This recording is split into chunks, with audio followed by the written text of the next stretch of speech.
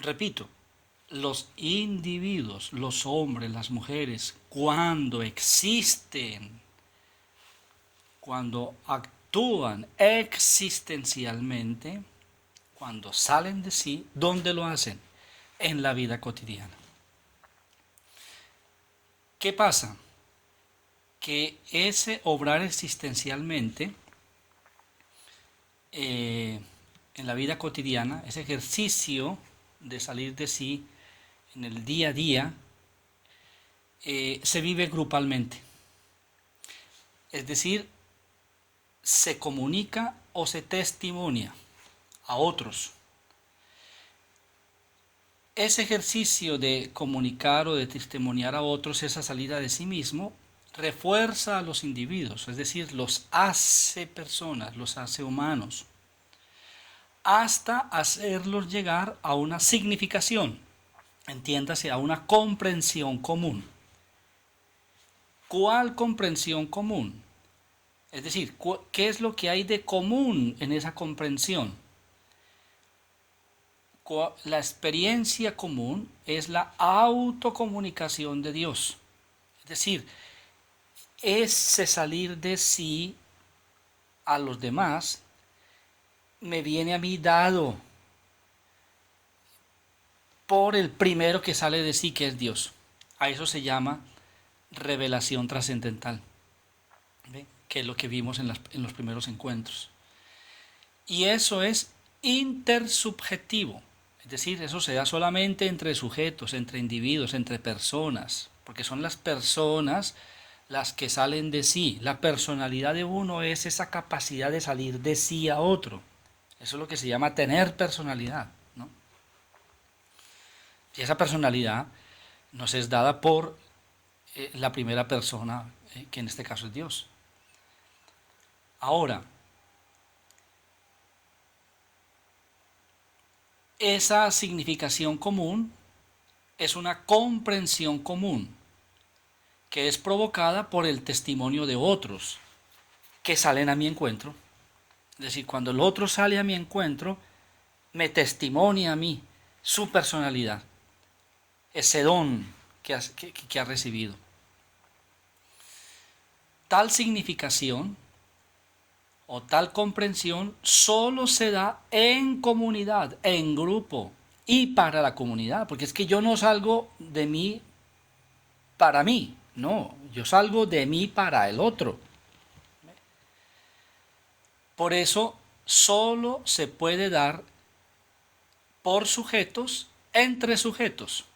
Eso es lo que se llama intersubjetividad. ¿Ve?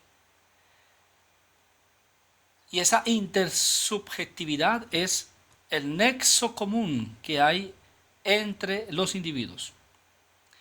Este nexo común, esta intersubjetividad, es la posición o el acto creador de Dios, o la revelación trascendental.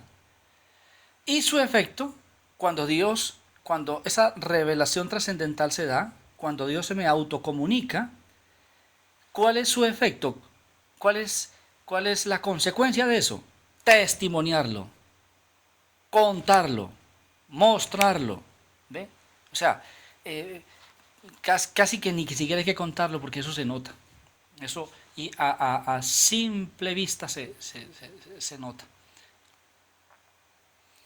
La intersubjetividad se manifiesta en sentimientos. ¿Qué son los sentimientos? Cargas dinámicas que inducen a las personas a ejecutar los 5 actos intencionales categoriales, que los vimos también en los 2 primeros encuentros, sobre todo en el segundo encuentro. ¿Cuáles son esos 5 actos intencionales categoriales? Experimentar, conocer, juzgar, desear, decidir y actuar.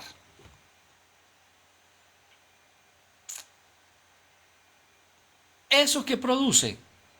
Produce la significación común. Y esa significación común produce la comunidad. O sea, La significación o comprensión común es la vida comunitaria.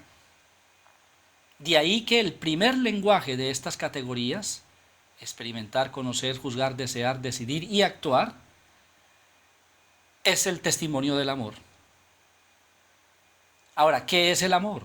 Salir de sí por el otro. Lo demás es un canto a la bandera. Si la tarjetica, si las florecitas, qué sé yo, no, un canto a la bandera. El verdadero amor va más allá del romanticismo. Pasa por jugarse la vida. ¿Ve? Por ello, la comunidad es el primer espacio donde aflora la revelación, es decir, donde aparece Dios mismo. Esto es lo que hemos querido decir con esta primera manifestación histórica de la revelación, que se llama la significación o la comunidad, entendiéndose por significación la comprensión común, ¿ven? A la que llegan los individuos o las personas. Pasemos a la segunda manifestación histórica. Una vez que se ha llegado a esta significación común en el ejercicio de la existencia grupal, como lo vimos ya, ¿qué pasa?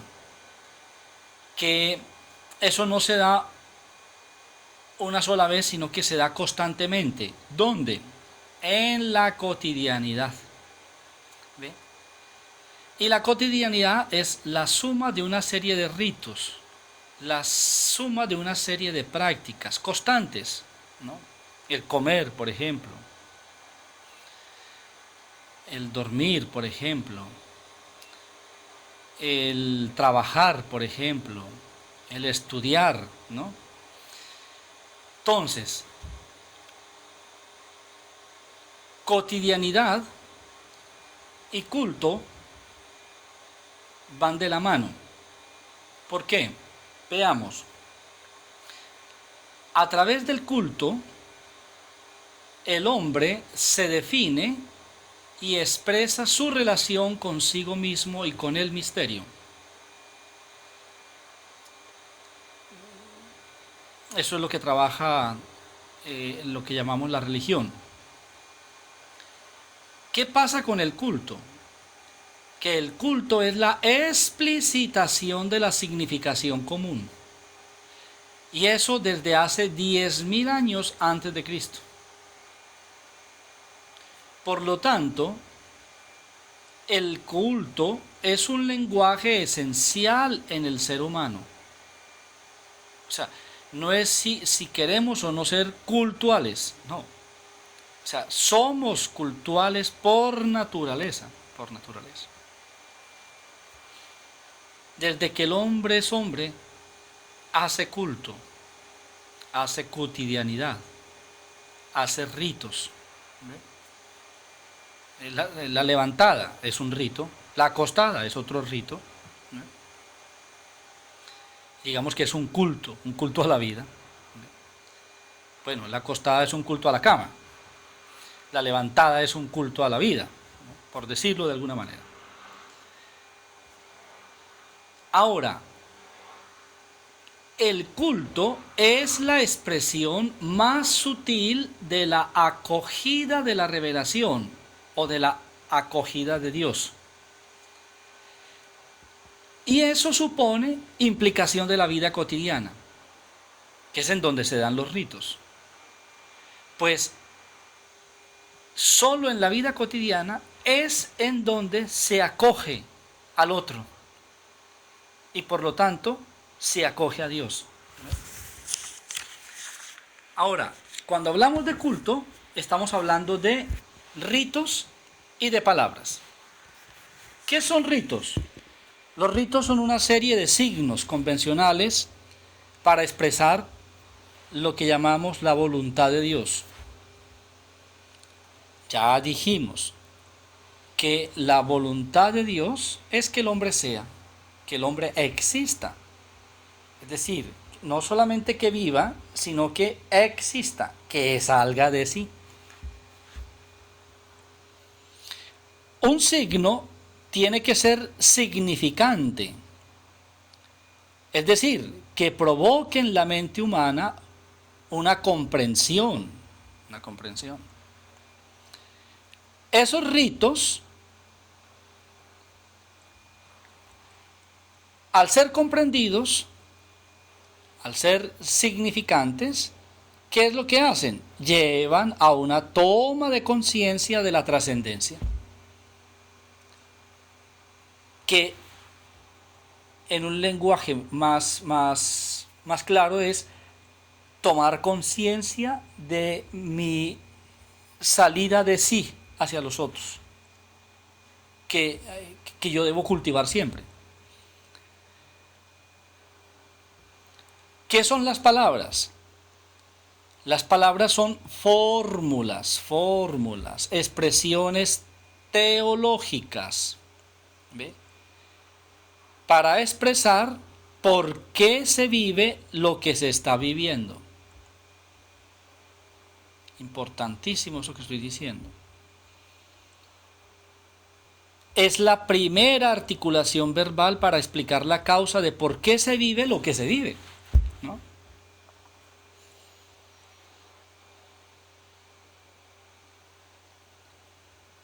La voluntad de Dios no solo se vive, sino que se expresa. Al expresarla, lo que va apareciendo es la imagen que Dios quiere. La imagen del hombre que Dios quiere, perdón. Estas palabras son la primera teología, el primer discurso religioso sobre el misterio. Por eso, lo que hay en el fondo de una religión no es tanto una imagen de Dios, sino una imagen del tipo de hombre que Dios quiere. Ahí es donde estamos equivocados, sobre todo cuando enseñamos religión en los colegios, ¿no? Que intentamos mostrar una imagen de Dios y no. O sea, lo que hay que mostrar es el tipo de hombre que Dios quiere. Este es mi hijo amado. Este es el modelo de hombre en el que yo me complazco, ¿no? Esa es la voluntad de Dios. Siempre subyace una antropología, una concepción de hombre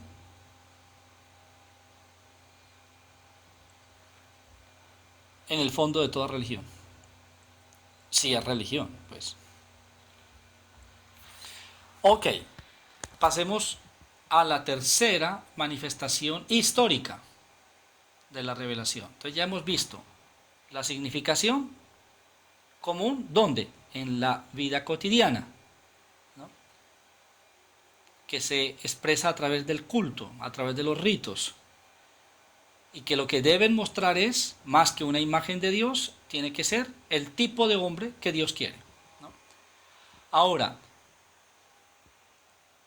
ese culto que nace en la vida cotidiana se amplía a través de fórmulas cultuales. Me explico. ¿Qué son las fórmulas cultuales? Son relecturas de la tradición que siempre implica una experiencia nueva de Dios, una voluntad nueva de Dios. Es decir, a esa primera teología, ¿no? A esas primeras palabras, a esas primeras articulaciones verbales para explicar la causa de por qué se vive lo que se vive, las generaciones nuevas van siempre haciendo una relectura, van actualizando esas primeras palabras. Y eso lo hacen mediante instituciones que hay que entender, convenios para la vida común. Las instituciones son eso, convenios, pactos que hacen los grupos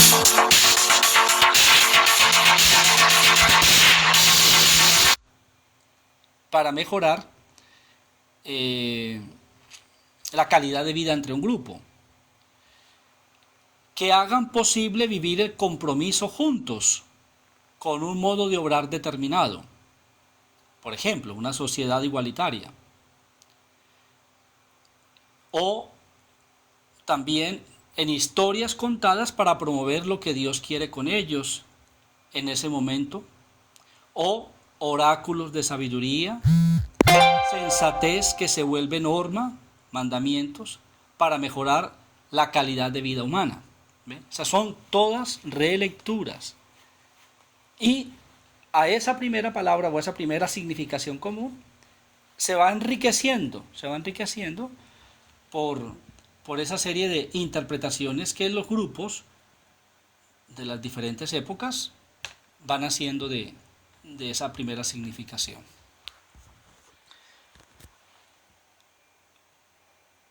Esto es lo que va a dar origen a una cuarta manifestación histórica de la revelación. Y es que esos convenios para la vida común, las instituciones, o esas historias contadas para promover lo que Dios quiere con ellos en ese momento, o esos oráculos, o esa sabiduría, o esa sensatez que se vuelve norma o mandamientos para mejorar la vida común, se ponen por escrito. ¿Ve? Los textos, o la escritura, a los textos se llega gracias a la tradición, que es una relectura continua de la revelación trascendental. Entiéndase, la posición de Dios en el hombre, que llamamos voluntad o creación. Cuando Dios se pone en el hombre, ¿no?, lo está creando. Y el hombre descubre esa posición de Dios por el ejercicio de esas,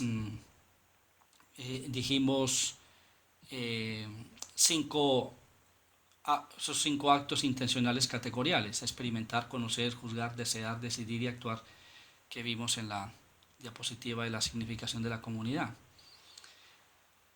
Esta tradición o esta relectura que hacen los grupos a lo largo de la historia se pone por escrito. Es decir, se vuelve texto, diríamos, se vuelve Biblia para los judíos, se vuelve evangelio para los cristianos. ¿Y eso se hace para qué? Para voluntad de Dios, que no es otra cosa que salir de sí. Ok, como esto hay que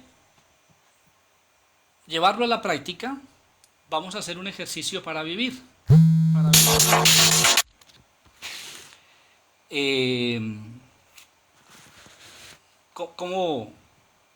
¿Cómo hacemos nosotros tradición hoy? ¿Cómo hacemos una relectura de esas palabras fundantes? ¿Ve? De esa posición de Dios que Israel experimentó como significación común en la vida cotidiana y expresó a través de oráculos, sabiduría, normativa, para después llevarlo a un texto, en este caso la Torá. Eso mismo hicieron los cristianos con la experiencia de Jesús, ¿no? Entonces, siguiendo el texto del libro de Ruth, que acompaña este trabajo de reflexión de la Dei Verbum, vamos a leer, o yo doy por hecho que ya leyeron, en el libro de Ruth las páginas 95 a la 103 y de la 116 a la 132.